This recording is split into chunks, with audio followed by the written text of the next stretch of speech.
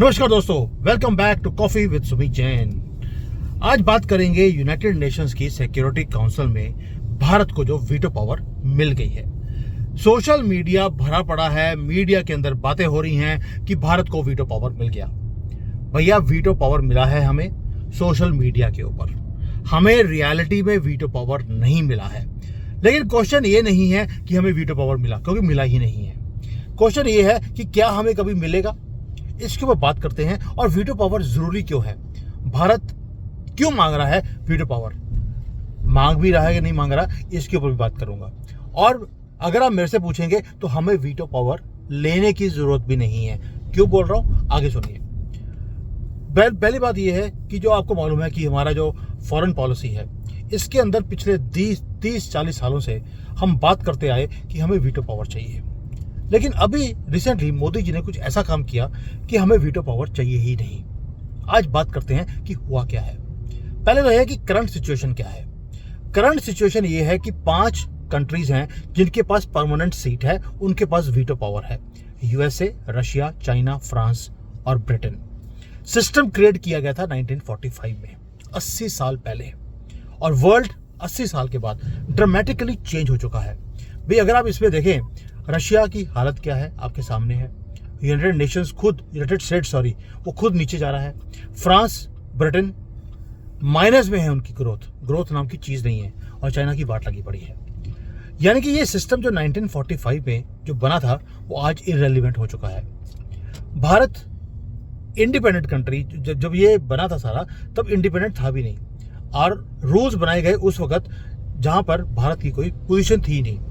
अब नंबर्स की बात करते हैं। आज भारत के पास दुनिया की सबसे बड़ी पॉपुलेशन है, हमारे पास ऑलरेडी 4th लार्जेस्ट इकोनॉमी है।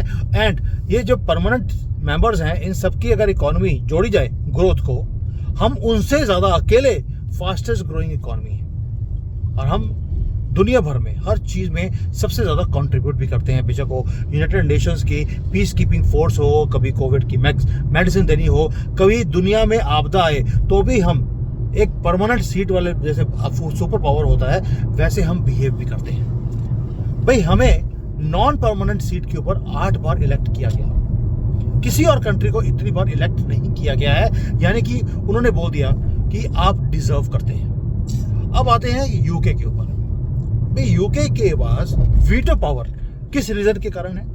1945 में वो हो सकता है एक सुपर पावर का स्टेटस लेते हों, लेकिन जो यूएन के एम्बेसडर्स हैं, फॉर्मर यूएन एम्बेसडर्स, उन्होंने बोलना भी शुरू कर दिया कि भाई ब्रिटेन जो है आज की डेट में एक फॉलिंग इकोनॉमी है, कुछ भी नहीं है वहां पर, ये तो इस्लामिक कंट्री बनता जा रहा है। परमानेंट सीट इसे छोड़ देनी चाहिए और भारत को दे देनी चाहिए।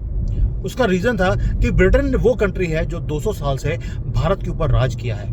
आज भारतीय ब्रिटेन के ऊपर राज कर रहे हैं। एटलीस्ट एक काम तो कर सकते हैं कि आपने जिस कंट्री को लूटा, भारत को लूटा, उसको आप परमानेंट सीट ही आप हैंड ओवर कर दो। लेकिन इसके पीछे बहुत डीपर प्रिंसिपल भी है।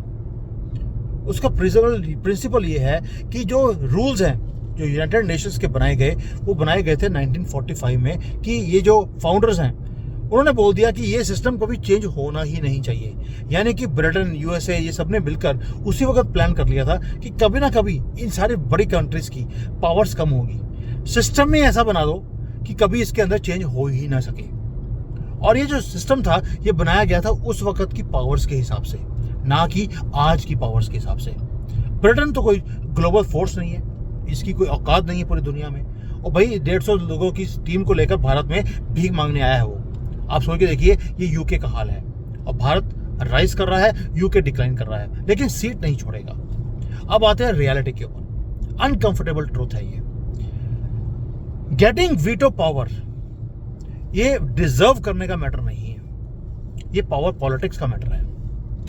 भाई, अगर आपको रिफॉर्म भी करना है तो आपको अप्रूवल चाहिए इन 5 कंट्री से, जिसमें यूके, चाइना, ये सारे लोग आते हैं। वो अपनी पावर को छोड़ेंगे क्यों?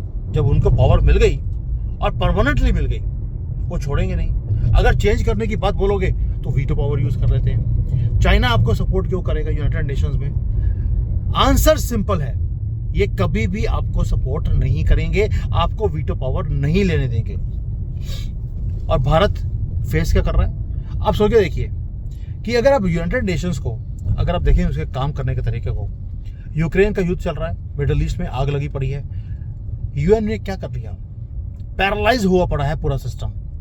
वीटो के ऊपर वीटो यूज की जा रही है, डेडलॉक के ऊपर डेडलॉक किया जा रहा है, क्लाइमेट चेंज के ऊपर कोई काम नहीं, एम्प्टी प्रॉमिसेस हैं। कोविड-19 हुआ, इन्होंने वैक्सीन की डिस्क्रिमिनेशन करनी शुरू कर दी, ट्रैवल बैन लगा दिए, और यूनाइटेड नेशंस किसी भी चीज को प्रोटेक्ट करने में असमर्थ है।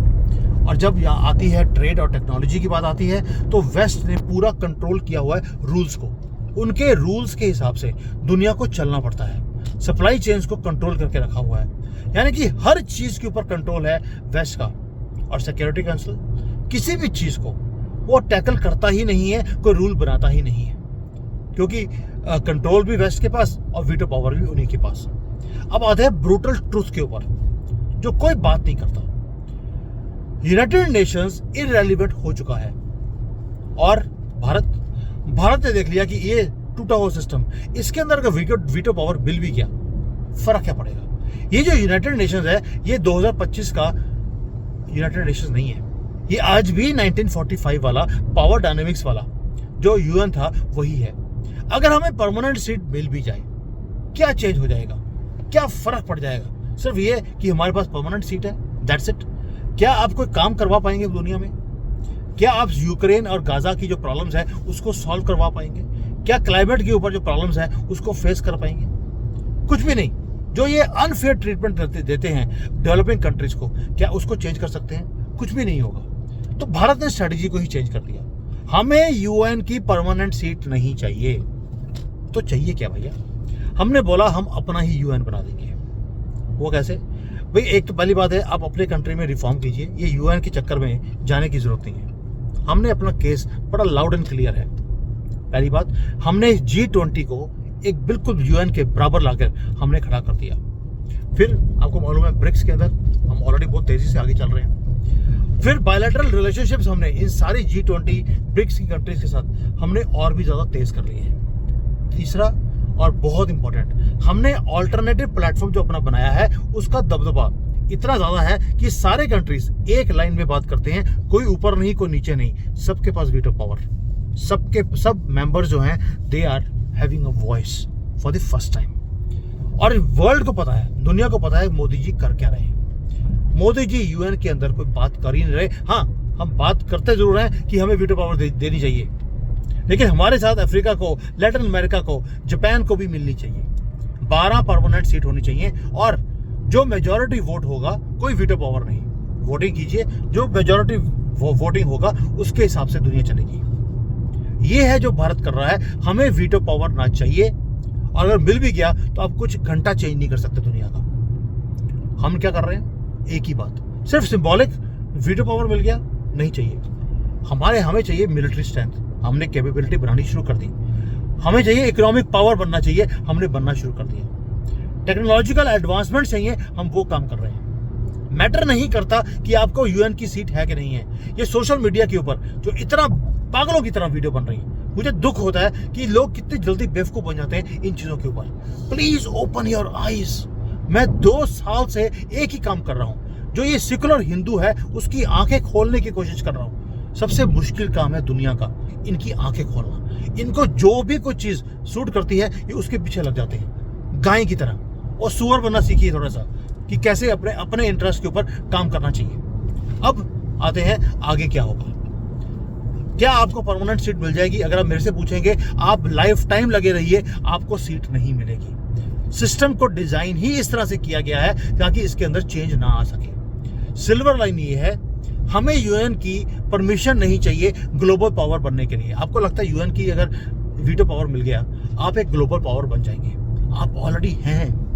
हमारी इकोनॉमी ऑलरेडी वहां पहुंच चुकी है जहां पर हमारा इन्फ्लुएंस बढ़ता जा रहा है दुनिया में। हमारी आवाज सुनी जाती है, और 21वीं सदी जो है वो अब जब तक न्यू रूल्स नहीं बनेंगे, नया प्लेटफॉर्म नहीं बनेगा, तब तक कुछ नहीं होने वाला। और मैं आपको गारंटी देता हूं, ये जो नया यूनाइटेड नेशंस हम बना रहे हैं, इसका ऑफिस भी मुंबई में बनेगा। क्यों बोल रहा हूं? क्योंकि ये कमर्शियल कैपिटल है, वो दिल्ली में नहीं बनेगा। मोदी जी ऑलरेडी दिल्ली से चीजों को बाहर निकालते जा रहे हैं। स्टामर आया, मुंबई में आया, दिल्ली नहीं बुलाया। राष्ट्रपति में वहां पर कोई मीटिंग नहीं करी, कोई उसको रेड कार्पेट ट्रीटमेंट नहीं दिया। आप सिस्टम को चेंज कर रहे हैं और हमें पेशेंटली काम करना पड़ेगा। पैसिव नहीं है हम लोग, हम पेशेंटली काम कर रहे हैं। परमानेंट सीट आपके पास आएगी, लेकिन आपके बनाए हुए यूनाइटेड नेशंस की काउंसिल के अंदर, ना कि जो 1945 का जो ये सिस्टम बना हुआ है उसके अंदर आपको चाहिए ही नहीं। क्योंकि भारत को एक ही काम करना है आज की डेट में। अगर आपको रेलिवेंट बनना है दुनिया में, आपको पावरफुल बनना पड़ेगा, पावरफुल इकोनॉमिकली, मिलिटरीली, डिप्लोमेटिकली। और आप दिल पे हाथ रख के बताइए, क्या तीनों काम मोदी जी नहीं कर रहे आज की डेट में? और यही सच्चाई है यूनाइटेड नेशंस की वीटो पावर की भी और भारत की भी। ये अनकंफर्टेबल हो सकता है ये क्वेश्चन कि हमें वीटो पावर मिला क्यों नहीं, लेकिन आप प्लीज अंडरस्टैंड कीजिए, क्या वीटो पावर की जरूरत है आपको, या यूनाइटेड नेशंस ही नया बना दीजिए जो मोदी जी लगे हैं। सो आपको वीटो पावर मिला? नहीं मिला, ना ही मिलेगा और ना ही चाहिए। आपको क्या करना है?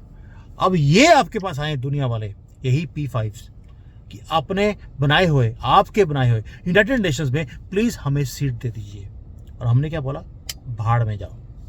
थैंक यू, जय हिंद, वंदे मातरम।